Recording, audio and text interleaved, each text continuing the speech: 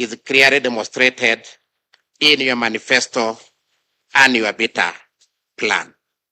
It is against this background, Your Excellency, that we have this opportunity to present to you this report. And the report is an account of our 6 years period in office. Its objective is to apprise you on the progress made toward the realization of the Commission mandate as stipulated in Articles 234, 246, and 249 of the Constitution. Your Excellency, sir, during our tenure of office under review, we were guided by 2 strategic plans that are well documented for the succeeding Commission to review. The vision that we have left and have upheld during our term is to have a Commission that is excellent human resource management institution for a professional and accountable national police service. This plan has been aligned with the government flagship police reform programs as outlined in the beta plan and the Magaret Task Force report on improvement of terms and conditions of service. Your Excellency, sir, the report highlights key achievements in our core functions on police recruitment, recruitment of civilian staff, promotions of police officers, transfers, appeals, and disciplinary control in the National Police Service. It also highlights challenges and possible mitigation measures. Allow me to mention just one in our major function, one key achievement on police recruitment. The Commission recruited 10,932 new police officers to bring the police population ratio of 1:509 net of natural attritions over the period. Further, we recruited 1,128 civilian staff of the National Police Service to assist police officers with basically professional areas and support lines so that the officers can concentrate on securing mwananchi and the property in this country. On promotions of staff, we promoted 16,338 police officers and 1,309 civilian staff. On disciplinary control, the Commission determined 1,461 disciplinary cases and processed 724 appeals.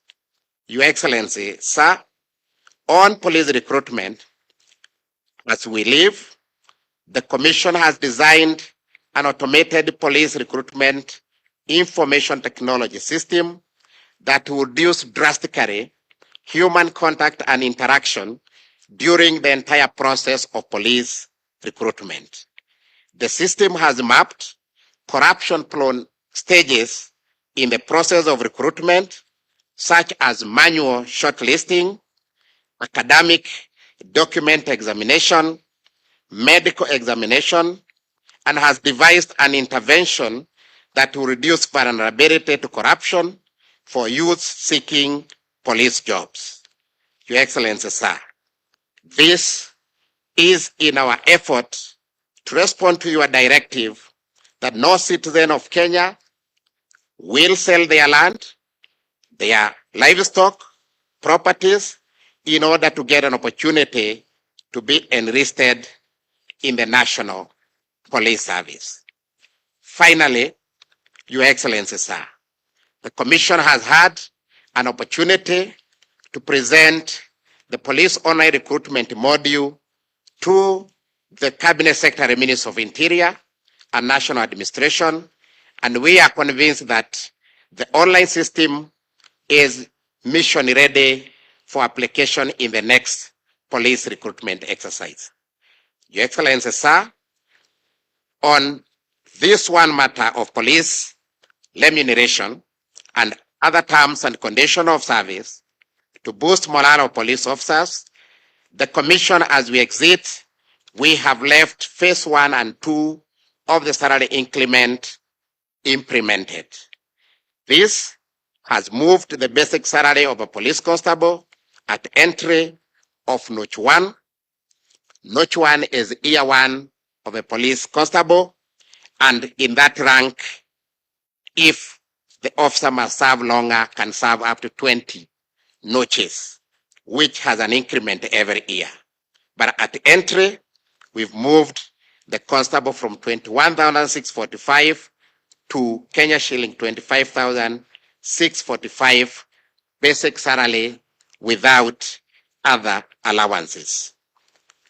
At the same time, the longest serving police constable who has served 20 notches, equivalent to 20 years in that same rank, now earns a basic salary of 69,640.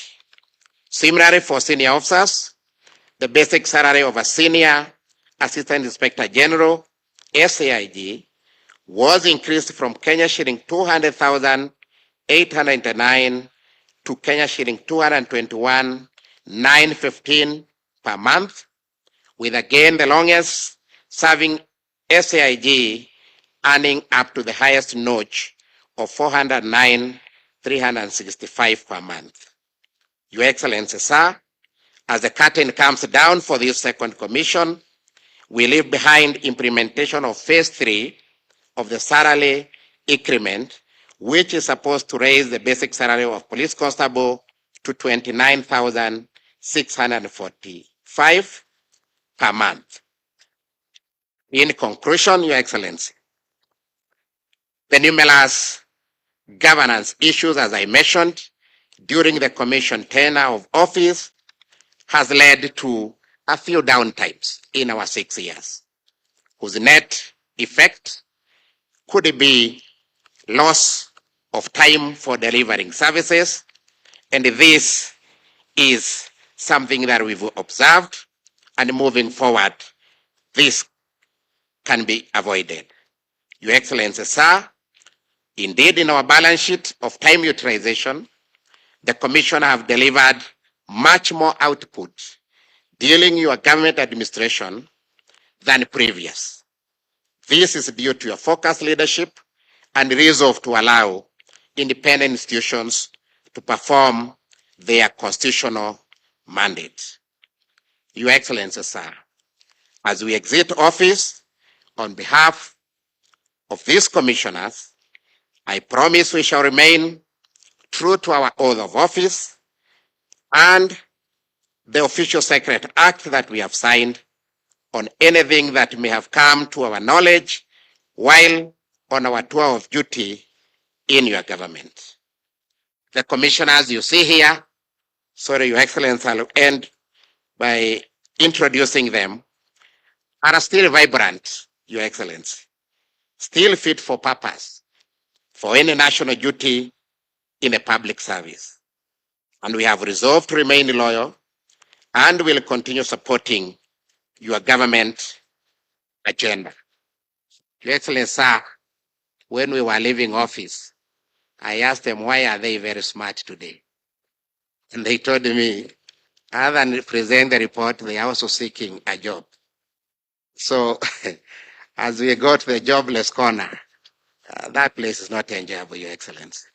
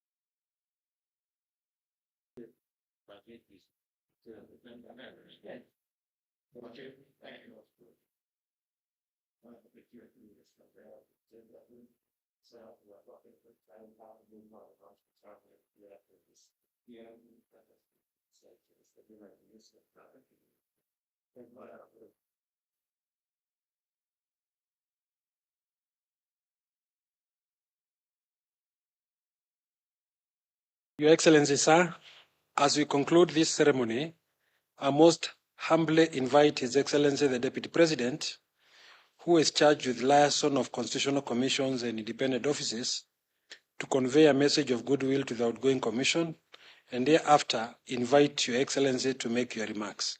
I thank Your Excellency.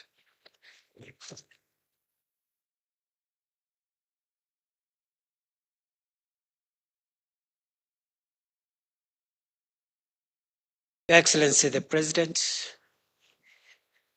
the Cabinet Secretary for Interior, National Administration, Chair and Commissioners, the leadership of the National Police Service, service commanders, distinguished guests. Mine is to congratulate the chairperson and the commissioners for a successful end of tour of duty. Pongezi.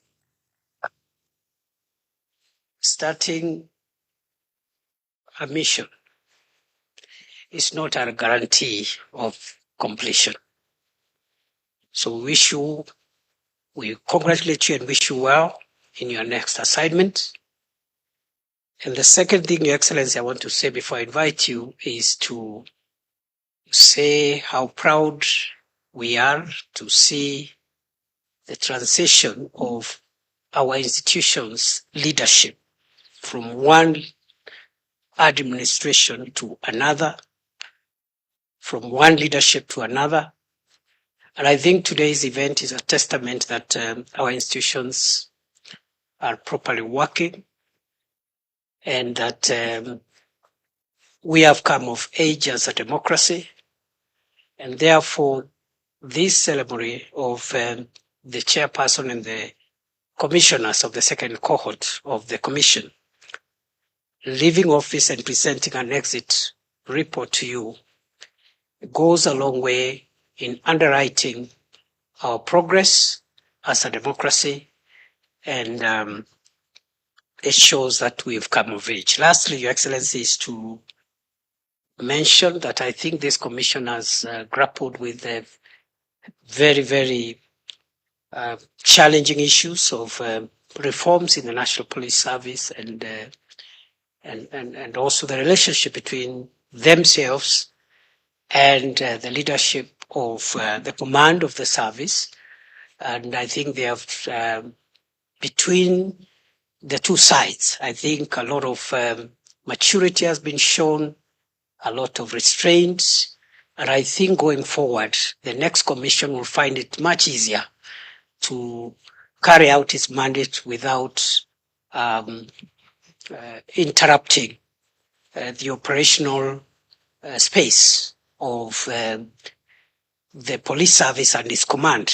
And therefore, once more, it's important we congratulate the chairperson and the commissioners, as well as the Inspector General of Police and the service commanders, for exercising great restraint, understanding, collaboration, cooperation, and whenever there have been issues, those issues have been resolved.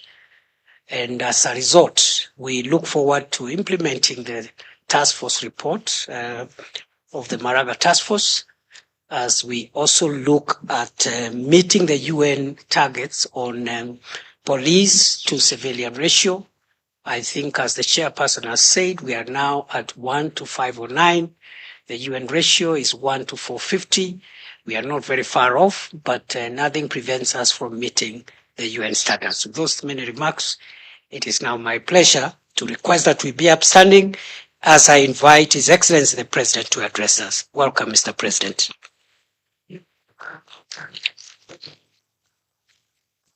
Thank you very much. Let's take our seats. Asante sana.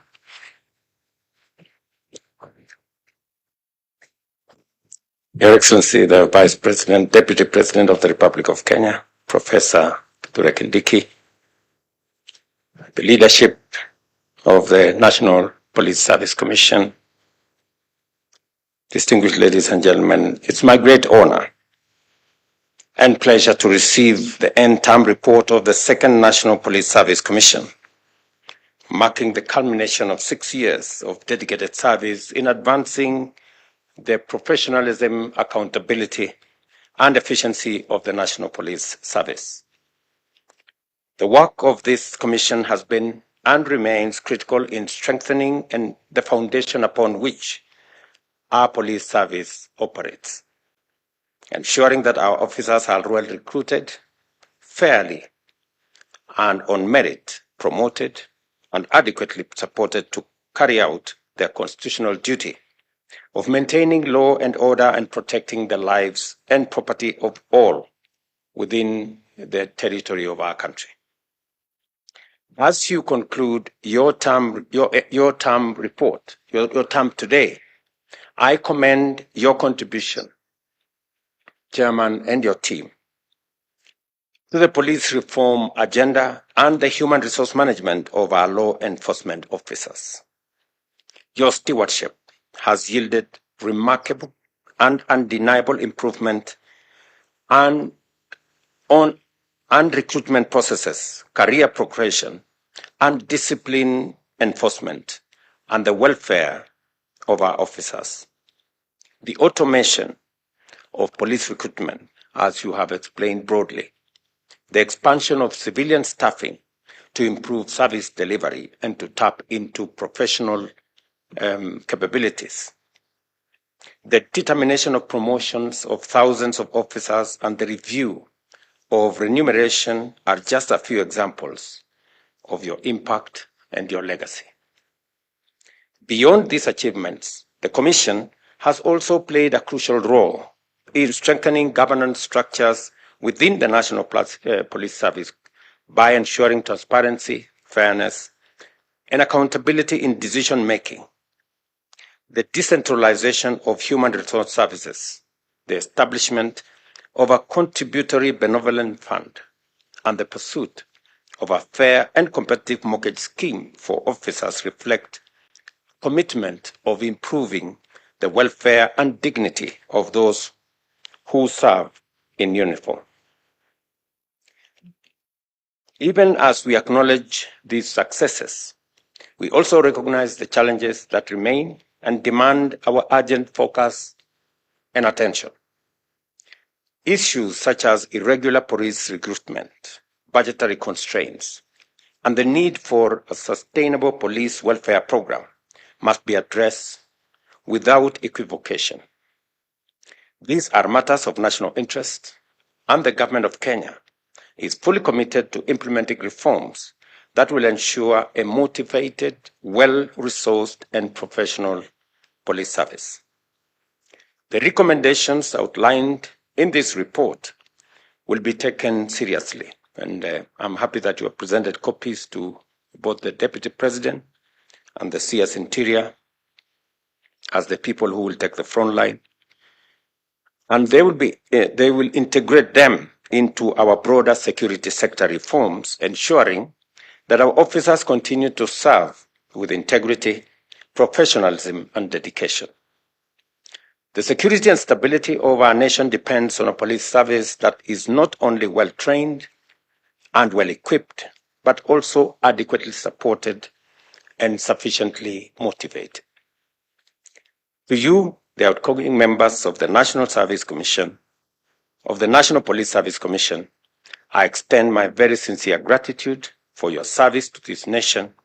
I agree with the chairman that you are very smart, and the chairman is equally smart, and and I understand why that is the case. Your work is a legacy that will shape the future of policing in Kenya for years to come. As we move forward, let us reaffirm our collective commitment to a national police service that upholds the highest standard of accountability, professionalism, and fairness. Let us build upon gains made and continue striving for a police service that truly serve the people of Kenya with honor and dedication. Allow me to just say a few things that are of significance and importance. The chairman here has taken a reflection on the events that took place in Bomas. Indeed, there was an attempt at some point to remove the National Police Service Commission, which would actually have taken us back to the old days when promotions and matters police service were handled by agencies that did not have sufficient constitutional protection to be able to undertake those responsibilities. I am very proud that we managed to avoid derogation of what the Constitution had already provided for, and what the National Police Service Commission has achieved, in fact, validates the very reason that the Constitution was right in setting up the National Police Service Commission. I did undertake on my first day in office, among many things,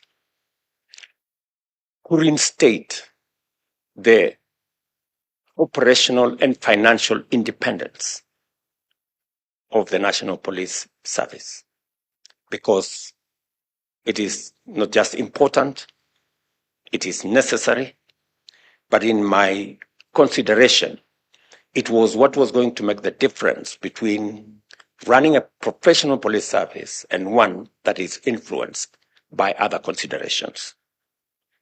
I am very happy that today the IG here and his team run the budget of the National Police Service Commission, determine what priorities they want, and work with the rest of government in making sure that the police service is well taken care of.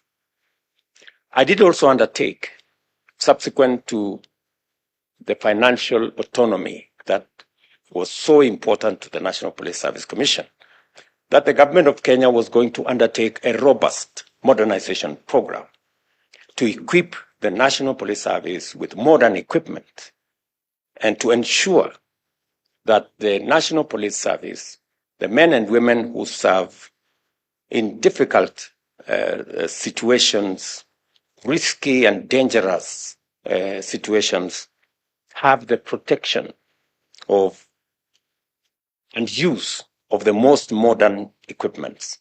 I'm very happy that the progress, there is tremendous demonstrable progress in the modernization program.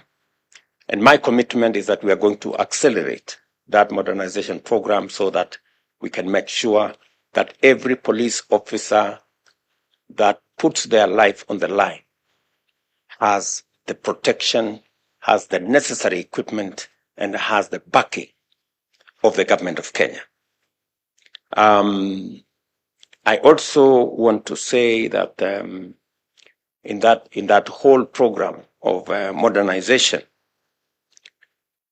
we will also be looking at police transport to make sure that we can accelerate response time for police action in different parts whenever citizens are in distress and whenever their property is at risk.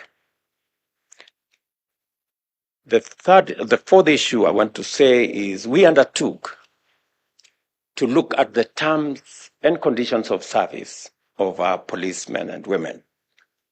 I'm very happy that the chairman here said that phase 1 and phase 2 have already been rolled out. And I'm very confident that the incoming commission will work with the Ministry of Interior and the National Police Service to make sure that the remaining phases of salary increase for our policemen and women will be implemented in accordance with the timelines that we have already rolled out and that were recommended by the report of the task force that I set up. I'm also looking forward to the implementation of the police uniform program, which I have discussed with the IG here. And I'm confident that going into the future, we will make the necessary budgetary provision so that all our men and women in uniform, especially our police, are kitted properly. Let me also say that even as we designed our universal health coverage program, we are making sure that our police men and women and the security sector in general become beneficiaries in two ways. Number one is to improve access. In the past, the medical cover that was available was limited to only certain facilities. Under the current expanded universal health coverage in the Taifa Care program, there will be expanded access. In fact, access to medical care will no longer be limited to certain identified hospitals. In fact, officers and servicemen and women will be able to access medical services and attention from all hospitals, public, private, faith-based, different from the past. So access will improve, number one. Number two, we're also going to enhance the